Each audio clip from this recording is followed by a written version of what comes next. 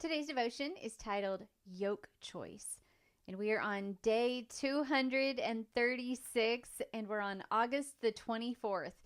And today's morning rinse is Matthew 10 through 12.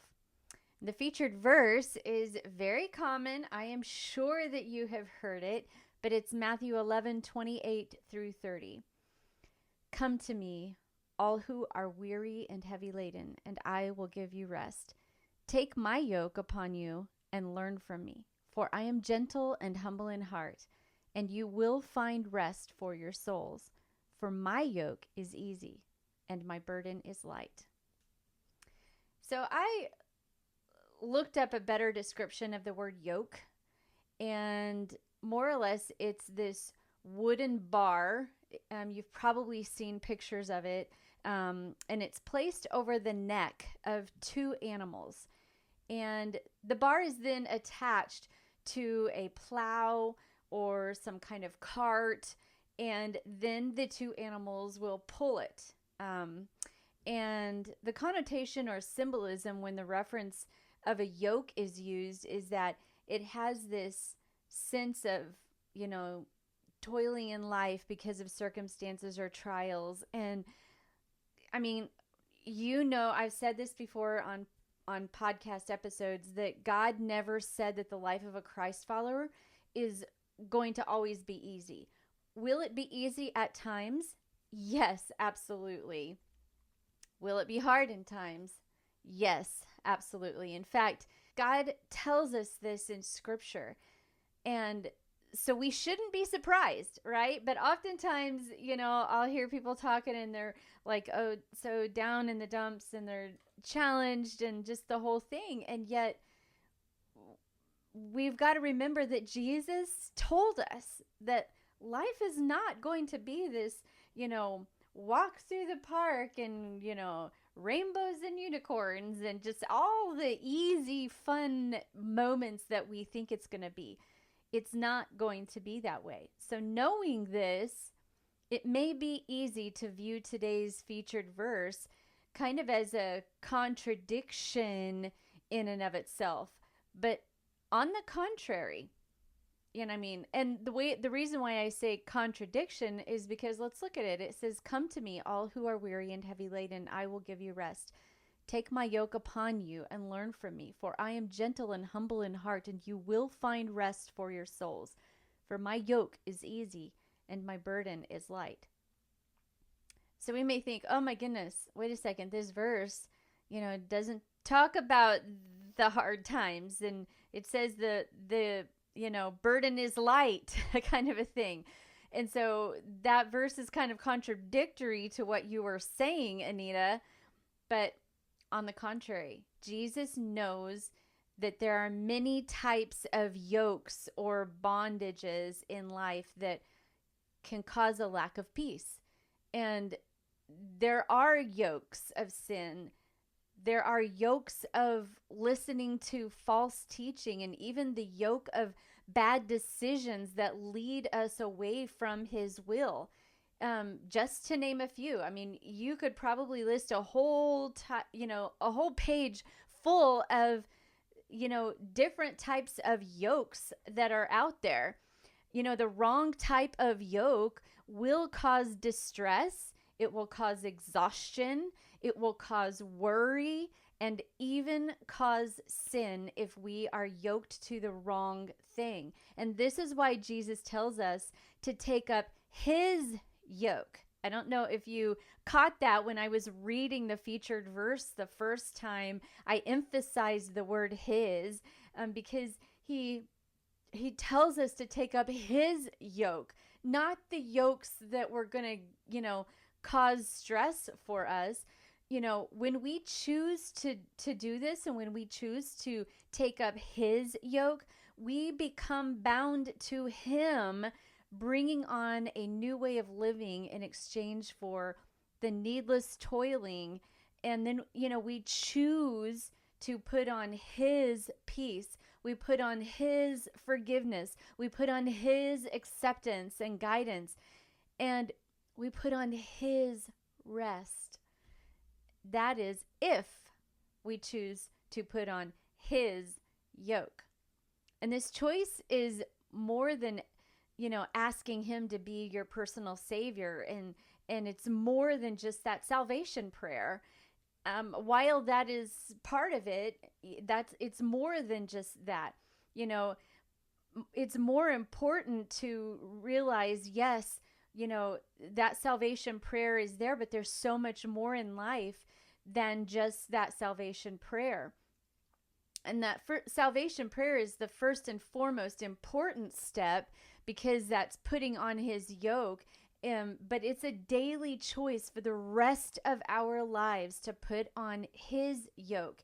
And it is waking up each morning and allowing him to guide our every footstep throughout the day, reading our word daily, being encouraged in the word, being encouraged in podcasts like this, and being encouraged and challenged every single day to continually get closer to God.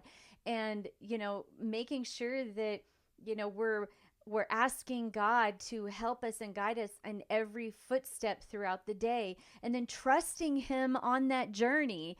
Even when we face bumps in the road, we are all bound with him. He is walking with us. We're not trying to do it alone, or we're not yoked to the wrong person. We're not yoked to the wrong mate, or, rather significant other, I should say.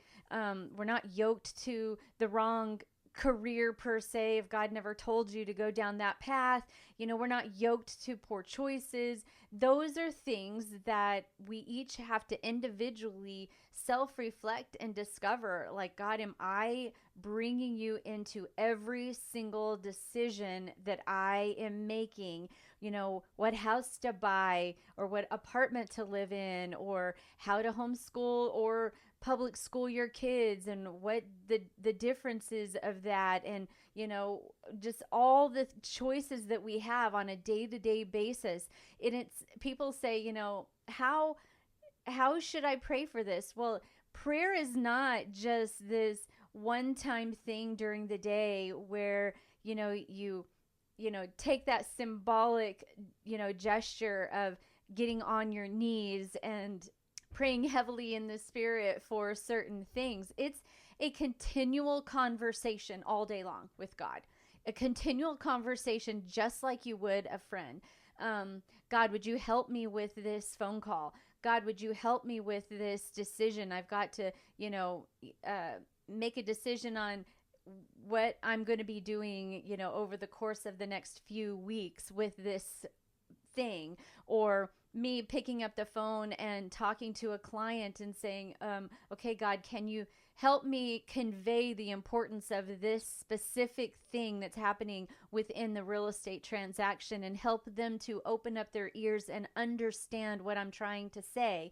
Or, if I want to audition for a role, and, I have a good friend, his name is John Goad. He's an actor friend of mine, and he will help me once in a while with my auditions. And I love the fact that John starts out in prayer before we even start rehearsing for, my specific audition. And I would like to think that he probably does that with most of his clients, if not all of them. But right before we start rehearsing, he says a prayer, gets us in the right mode, calms me down, and gets us kind of that way. I mean, I love praying for my clients when I'm helping with real estate. It's every single moment that we can just, God, what's the next thing that you want me to do? And continually talking to him on a regular basis throughout the day. One of the things that I love doing is, I was saying, okay, God,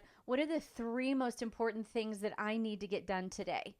And once I get done with those 3 things, then I can go to him and say, okay, God, what are the next 3 things that I need to get done today? And those are just continual conversations. And that's just a real tangible way of being yoked to him And then, he knows what's going to happen in our day anyway. He knows about those bumps in the road that are going to face us. And if we're already in communion with him, he's going to walk us through that bump. He's going to help us jump over those hurdles. And he'll already be there because we are yoked to him in that moment. But it's a choice.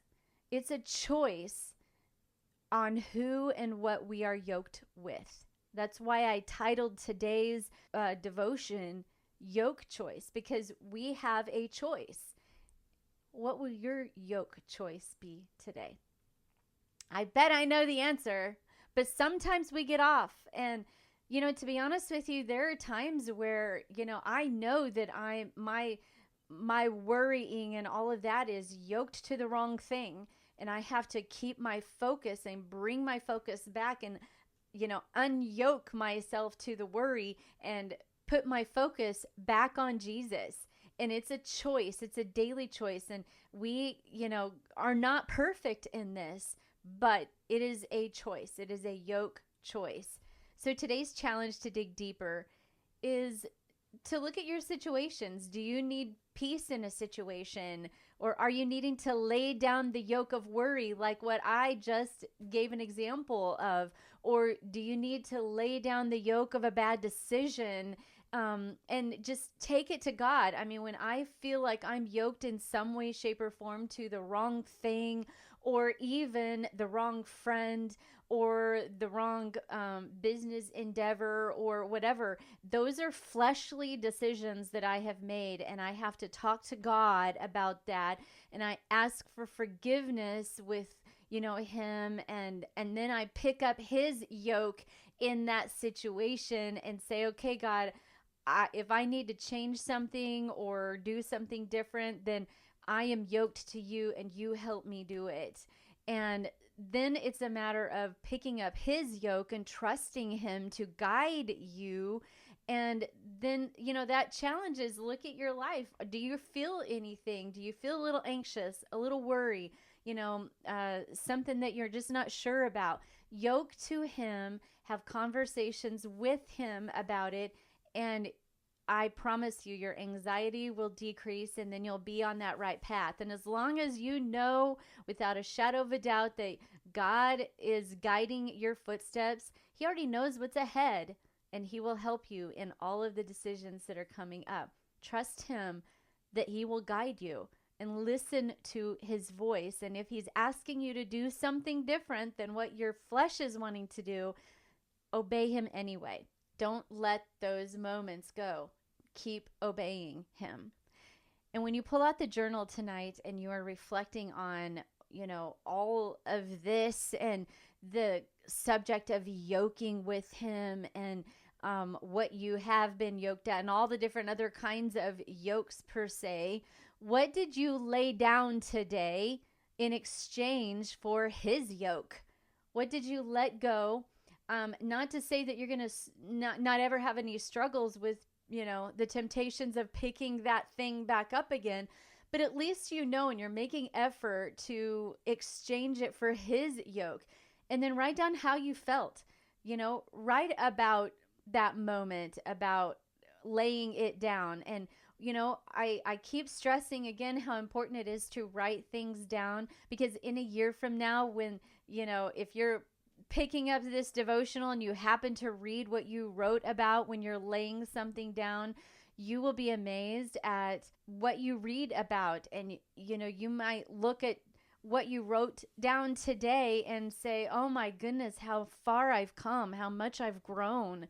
And so it's important to continually journal how you're doing and what changes you've made, and the conversations that you have with God. Write them down, because they are so precious to go back and look at again in the future, or look at those past conversations that you've had. And I can vouch for that. It's just so incredible when you go and look at your growth.